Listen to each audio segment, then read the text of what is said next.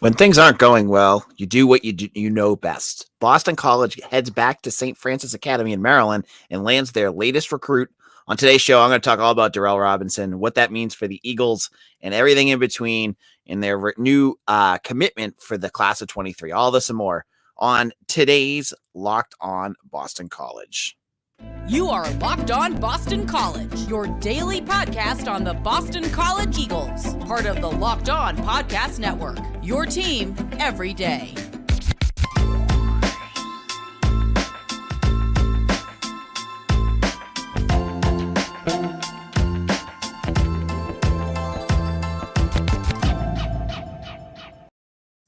All right, folks, this is AJ Black, Locked On BC, your team every day.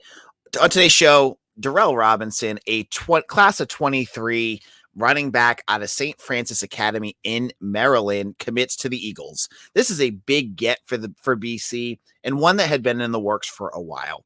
Now, Robinson, a 6'1", 3-star recruit, chose Boston College over offers from Virginia Tech and Georgia Tech. Those were the other big finalists for him. And it's been kind of in the works now for a while. Now, Robinson, he had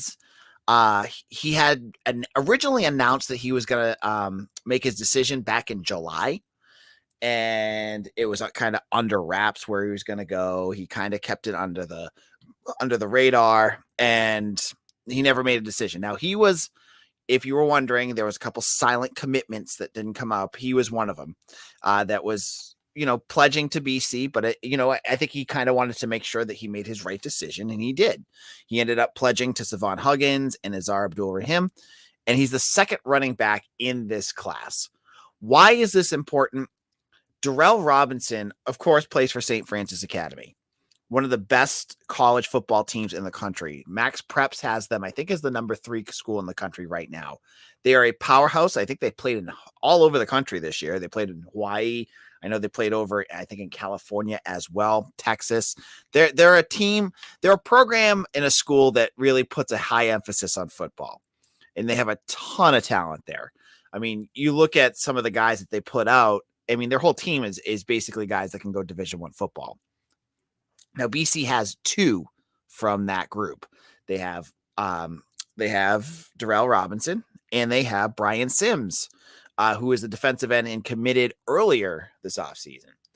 Robinson had a big summer, and I think he, if I remember correctly, exploded at some camps. And I want to say it was the Under Armour camps that he really had a huge summer. And it really opened the eyes of some scouts, because they were saying, like, this kid's legit. Like, he's going to be a guy that's going to really be successful at that next level. So the fact that BC still landed him, I think, says a lot about the relationship that Jeff Hafley has with that school and with Darrell Robinson.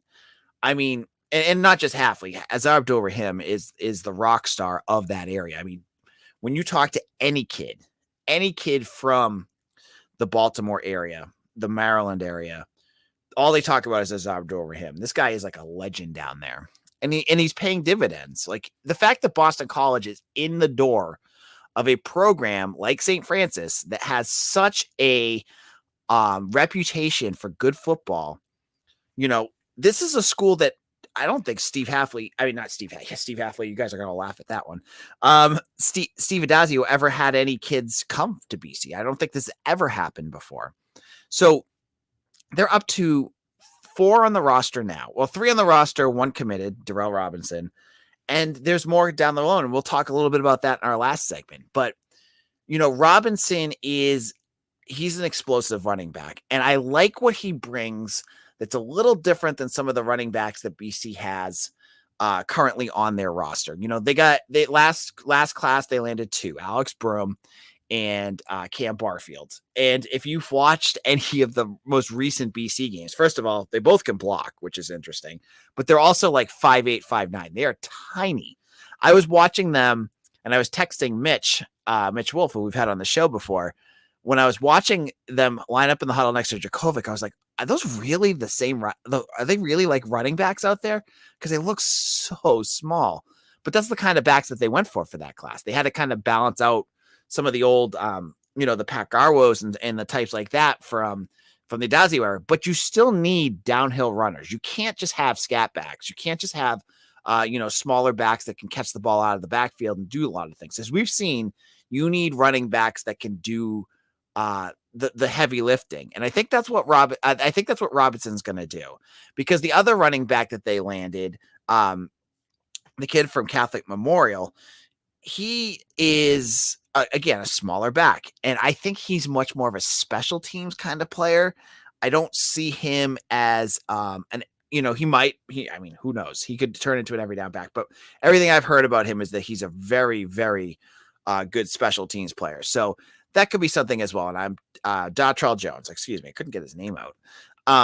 So that's the 411 on Robinson. This was I have to say, it was a weird recruiting process, because, he made his decision back in July, and it could have gone a bunch of different ways. I mean, he was like BC and Virginia Tech were neck and neck, and they were, he could have gone to either school. I heard buzz it was going to be BC. That's why I had my crystal ball in, and I get some points because I think I had it in for like 2 months before he actually committed. But, he ends up at BC. I think he visited over the summer, and it took so long, and we'll never know why he took the time he did. And I've talked to some people, and they're like, I don't know. I think the staff didn't know. I don't think anyone kind of got a good idea of why Robinson took so long. And folks kept asking me, like folks on 247 and Eagle Insider, they're like, why is he not made a decision yet? Is he going to end up at BC? Why do you have your crystal ball still in? And it was all question marks. No one could answer. I haven't seen someone take that long from a decision to an announcement in a long time. And it was just an interesting, turn of events. So that's where it is. And I also have to say, the timing of his decision is also quite funny, because when your finalists are BC and Virginia Tech, and you just watch Virginia Tech smoke BC, he goes and still picks BC, which tells you a lot. Like the fans that are always going, why isn't anyone going to commit here? This team's terrible, blah, blah, blah. I'm telling you, sometimes recruits at this level do not have the same mentality as fans. They're not fans. They see the coaching staff, the coaches that they like, and they can see the vision of maybe where things are going. They talk to these coaches all the time. And so the coaches kind of talk them up and let them know what's going on, maybe give them a hint on why things are going, sideways on the field, but how they can help fix it. Robinson said something himself. He said today, and I have the quote right here, we've seen firsthand how important and crucial a running back is in this offense. I mean, yeah, but Pat Garwo was he averaging 2 yards a carry? So that was an interesting part there. So in a moment, I'm going to talk about St. Francis Academy. I want to look at where this program is and kind of where BC is going to go next, because they're still not done. And I think they have some more room on their roster. But before we do that, BetOnline is your number one source for all your pro and college football betting needs in sports info this season. Find all the latest football league developments, game matchups, news, and podcasts, including this year's opening week games. BetOnline is also your continued source for all your sports wagering information, including live betting, esports, and scores. With football in full swing, BetOnline is your place to go. On Sunday with the NFL going, and I went over to BetOnline and I saw some great spreads that I looked at and had a great time on my Sunday. And I actually had a good weekend in terms of my picks. So I'm as happy on BetOnline. It's the fastest and easiest way to check in on all your favorite sports and events, including Major League Baseball, MMA, boxing, and golf. Head over to the website today or use your mobile device to learn more about the trends in action. BetOnline, where the game starts. AJ Black here, Locked On BC. Thank you all for listening and making us your first listen every morning. We're your team every day. We're the only Boston College podcast that does this 5 days a week, and I love doing it for you. If you are listening on YouTube right now, hit that subscribe button. We hit 500 subscribers on our YouTube page this afternoon, and I want to continue up. I want to get to 1,000 at some point, and we are cooking, and it's because of you, the listeners, who have keep coming back and listening to our show. Thank you all so much for making Locked On BC part of your daily routine. I want to thank each and every one of you. Now, Durell Robinson, and I love being part of 247 Sports because I get the chance to tell you guys when I know things. If you're an Eagle Insider VIP member, I give you updates. I have some news up there right now about 2 different upcoming recruits, and I can't give you that because everything on the podcast, because some of it is for the written stuff too, right? So where does BC go next? I think the next piece, as we said on yesterday's show, is continuing in that world of the St. Francis Academy athlete. And on Sunday, KP Price, a safety who transferred in from Maryland to St. Francis Academy, again, he's going to make his decision. And, this is a kid who was on campus again this summer with Darrell Robinson. He has a great relationship with the staff, and I think I've heard the staff is very high on him. So he could be the next big commitment for BC. We'll have to wait on Sunday. So make sure you're following me on Twitter at AJBlack_BC, and I'll make sure that I have all that information when it goes up. I mean, being part of 247, I get that info immediately out to you guys. So if you want it first, make sure you're checking me out. But KP Price will be the next, he could be the next one. And with that, the recruiting rankings continue to creep in the right direction. After Darrell Robinson committed, 247 had BC at 43rd. Not the best. I'd love to see BC in the 30s, but definitely a step in the right direction. Robinson, I believe, is he's either their 4th or 5th best recruit that they have now. He's rated an 87, which is good. That's exactly what you want. For BC, you get in love with the star rankings, but there's a difference between just a little side note here. All 3-star recruits are not built the same way. Let's put it that way. Because if you go to 247 and you look at the scores, it gives you a better idea of where in that star ranking, because a 3-star athlete can be a wide range of players, right? So like Khalil Ali is BC's best ranked recruit. He has a 3-star ranking. He is a 0.88, which if you know 247, a 0.90 is a 4-star. So he's like right on the edge. Dontrell Jones, 0.8987, right on the edge. Antonio Cotman, 0.87. Sean Battle, 0.87. Continuing down, Darrell Robinson, 0.87. But so those are all like solid to high 3-star recruits. I think that's what kind of gets lost here. Because if you go further down, they're not all 8.7s. You go down and you've got 8.3 for Ryan Mickow. Pele Foa is 0.84.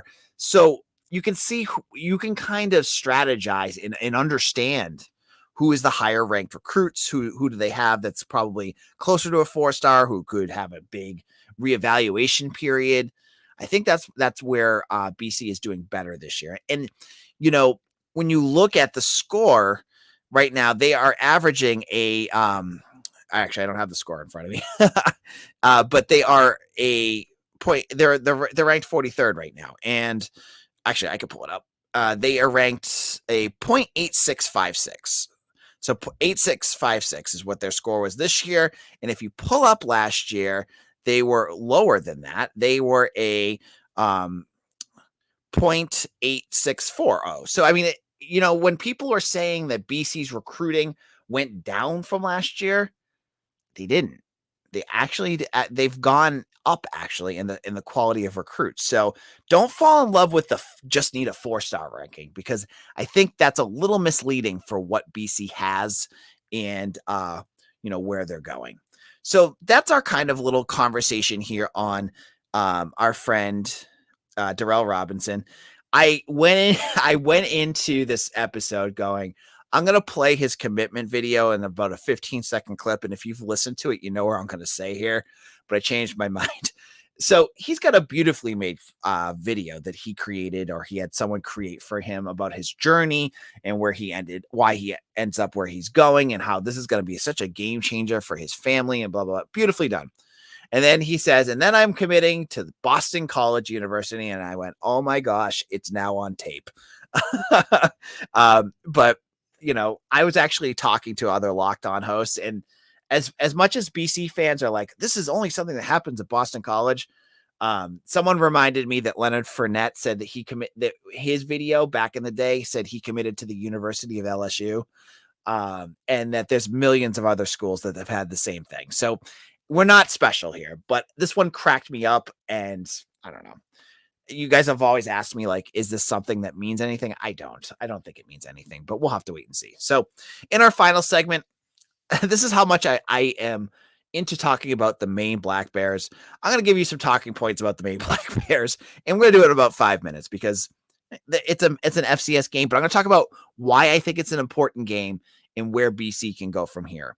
And we'll get to that in just a moment. This is Locked On BC, AJ Black. If you enjoy my podcast, if you enjoy getting your news every day about BC, check out Locked On ACC. It's a daily daily ACC podcast hosted by Candace Cooper with a rotating host of other Locked On ACC hosts, including yours truly, who comes on Wednesdays. It's great. If you want to get your ACC information and all that conference goodies, you need to check out Locked On ACC wherever you get your podcasts. All right, so we're getting into the Maine Black Bears. This is the game on Saturday nights, a 7:30 start. It's on the RSN network. For all of you that don't have NESN, make sure you find your family members that have a NESN login so you can watch the game. But it's an FCS game, and this is probably the most important FCS game that BC has played in 15 years because this is a game BC has to win, first of all. It's a game where they also have some things on the field that they need to accomplish as well. And that is BC has to be able to figure out some things on the offensive line. Yes, Maine is not a good defense. And I'm sure whatever they put out there will not be anywhere near the level of Rutgers or Virginia Tech. And that BC, no matter what they do, should be able to move the ball. Yes, but there is things in between that they can do that will be so important for this game. And that is getting their communication down. This is going to give them some live reps where you have probably two backups now in, probably for Ozzie Trapillo and Kevin Klein. Getting that communication in, learning how to do the things that, Mitch is always brings up, like, communicating on stunts, communicating on blitzers, things like that. This is a perfect opportunity for them to improve there because you can't do that against Florida State. You can't just learn on the fly and fix things, in the moment. You can do that against Maine. So I think this is a big game for that and for the confidence of this offensive line. While we're all watching these games and many of you out there are going, man, this offensive line is bad. And you could kind of sense from when Hafley talks about it, he says he has his back, but you can tell it beats him down a little bit too. Think of what the players think. Think about those 5 offensive linemen who are struggling every single game so far and have to go out there and have everyone watch them fall on their butts, get beat on the edge, get beat inside over and over again. You have to imagine that their psyches have been beaten up. They need to have a confidence-boosting win over Maine to go out there and do whatever they need to do. Now, Hafley says he's going to, get things so they can do what they have to do. And to me, that means they're probably going to simplify some things. If they do that and it works, these players could have a little bit of momentum going into Florida State. They just need to feel better about themselves in terms of and by executing at a higher level, of course. But if they execute, they'll feel better, and then you could build. That's where you build and go on from there and be able to say next week, okay, we have Florida State, but you know what? We showed last week that we can work as a unit. We can do what we need to do. So the Maine Black Bears, yeah, who cares? It's a FCS school. And I'm not going to sit here and crap on the Bears because I'm already 0 for 2 on that one, and I don't want to jinx anything. I feel like every time I open my fat mouth, I jinx BC, so I'm not going to go down there. But I think the offensive line will have a chance to do some things here, and I think that'll be impressive. On top of that, I think the defense can continue to build on what they've done. As Mitch and I have both said, there have been moments where the defense has had trouble, but like they've given up 14 points on really bad turnovers by BC, once against Rutgers, once against Virginia Tech. They had, some really good plays by Virginia Tech last week. I think they have a shutout in them coming up soon because they're playing at a very good level, high level. And a team like Maine, a team that lost to Colgate and they lost to somebody else. I forget who else they played, but they're 0-2. Maine is the perfect opportunity for this defense to go out there and make a statement and really, and also gain some confidence. I think that's important. When you lose 2 games, Maine, for fans are like, yeah, you beat Maine. That's great for saying that from the stands. The players think of it differently, though. They think of this as an opportunity to get a W at home and to feel good for the first time in 3 weeks. Yeah, it's Maine, but it's still a win. And don't lose that fact, okay? So for BC, that's the big points. And the fun part is that you're going to get to see BC play against an old friend. A lot of transfers leave and you're like, yeah, whatever. But Kobe White was a favorite for a lot of folks out here. I know a lot of our listeners love this guy. And he had a weird offseason. We knew he was going to probably transfer. He got hurt again at the end, very beginning of last year. And that was it. And then he transferred to James Madison. I don't know what happened there. That'll be between him and James Madison. But he ends up at Maine. And he's there, and he's going to get one more chance to play at Chestnut Hill. And I'm not always into like the personal stories, but I think that's pretty cool. Now, how much is he going to play? Who knows? I mean, he has 1 catch for 2 yards in 2 games so far. So, I mean, is he going to play a big role? No, but maybe Maine's going to just get him out there to get him some reps at BC. So we'll have to wait and see there. Also, Maine also has a second transfer as well from BC, Aaron Gethers, who was a defensive back from 2018. He was an Adazio guy. And, he I don't think he ever played at BC, or if he did, it was very quick. And that was it for him. The funny thing about Gethers is he went to Bishop McDivitt, same high school as Kobe White. So I don't know if he had anything to do with White playing at Maine, but that's where he's at. So we'll get to see that. So on tomorrow's show, I'll give you my previews and predictions, everything you need to know about this game. One last reminder, we're making our quest for 600. I want to get 600 subscribers on Locked On BC by the time of the basketball season. We're a couple of weeks away now. Please help us by hitting that subscribe button right now. We're going to do live shows after the games for every game coming up that I'm not covering and I'm at home. And so we'll be after the main game to talk about it. We'll probably have Mitch on again. And you're only going to get that night on the YouTube page. So make sure you subscribe. And if you're at home listening to this on a podcast, just open the YouTube app or go to youtube.com, find Locked On BC, and boom, you'll be there. This is AJ Black. You can follow me on Twitter at AJ Black _BC. Thank you all for listening, and we'll see you again soon. Cheers, folks.